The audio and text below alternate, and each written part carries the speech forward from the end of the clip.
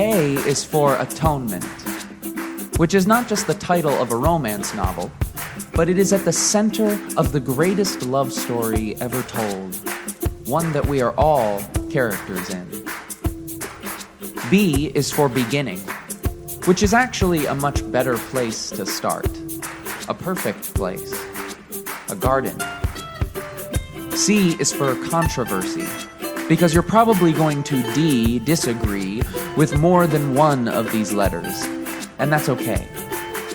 E is for Embrace, because we're so quick to dispel anyone who isn't exactly like us.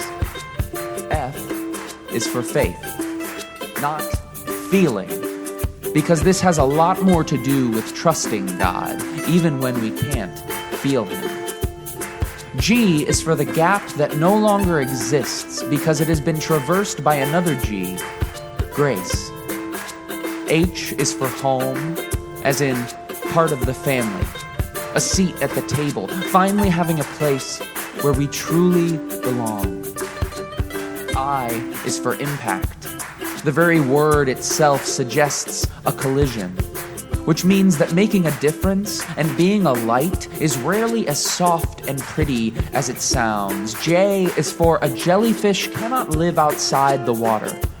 While living in the water, though, it is beautiful, electric, and a work of art.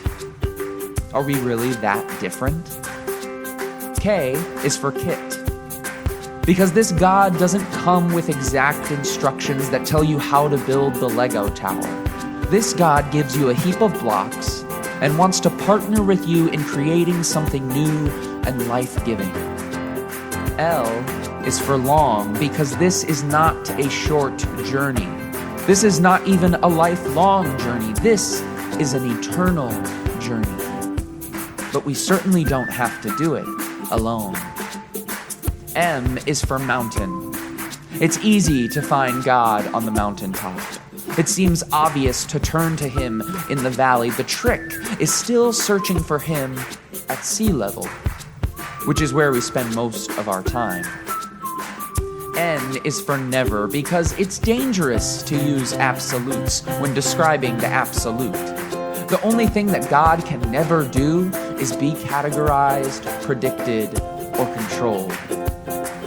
O is for Obsolete, because that is exactly what the church will be soon if we don't start engaging with the world instead of judging and hiding from it. P is for Perseverance, because it's over-needed, underrated, and quickly disappearing. Q is for Quack.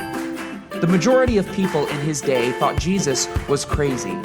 If we don't have a few people that think we're a bit off, then perhaps we aren't following him as closely as we should. R is for Rename, remind, reform, redemption, revolution, resurrection. You get the idea. S is for Soap, which could never wash us as clean as the real S, which is salvation. T is for Timing. This is not something that we are in control of. Our job is to be ready to react when the timer goes off, when He says go. U is for Underestimate, because no matter how big your view of God gets, you will always underestimate Him. V is for Vending Machine, because God is not one. W is for Work. We're all so afraid of this word. But just because we aren't saved by works doesn't mean we're not called to do them. X is for X-ray, because a healthy interior is the key to a healthy exterior. Pure, obedient, godly actions only flow from a pure, obedient, godly heart.